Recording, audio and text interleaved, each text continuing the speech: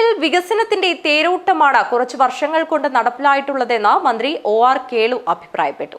സംസ്ഥാന ജില്ലാ തലങ്ങളിൽ വിവിധ അംഗീകാരങ്ങളുടെ നെറുകയിലെത്തിയ ചെറുവത്തൂർ ഗ്രാമപഞ്ചായത്തിനും കുടുംബശ്രീ CDSനും ചെറുവത്തൂർ പൗരാവലിയുടെ നേതൃത്വത്തിൽ അനുമോദന സദസ്സ് ഉദ്ഘാടനം ചെയ്ത് സംസാരിക്കുകയായിരുന്നു അദ്ദേഹം.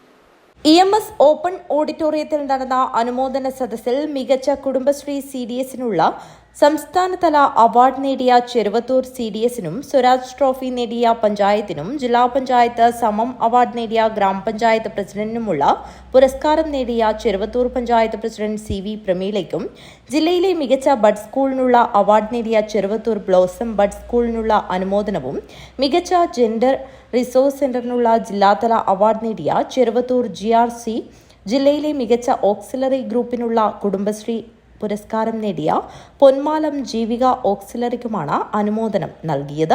വിവിധ തലങ്ങളിൽ നേട്ടം കൈവരിച്ചവർക്ക് മന്ത്രി ഉപഹാരങ്ങൾ വിതരണം ചെയ്തു. ഒരു കാര്യം നടക്കാത്ത ഒരു പഞ്ചായത്ത് പണ്ടുകാലത്ത്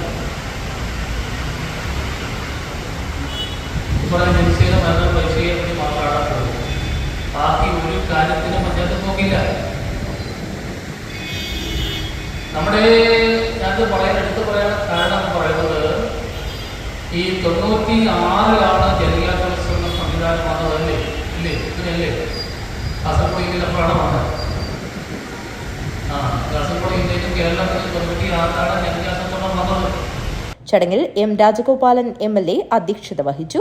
Cheruvathur grama panchayat president CV Prameela, vice president PV Raghavan, T. Narayanan, AV Damodaran, K. Balakrishnan, TCA Rahman, K. Sundaran, N. Sukumaran, C. Ranjith, K. Sujith, T. Rajan എന്നിവർ സംസാരിച്ചു. News bureau, Trikaripur.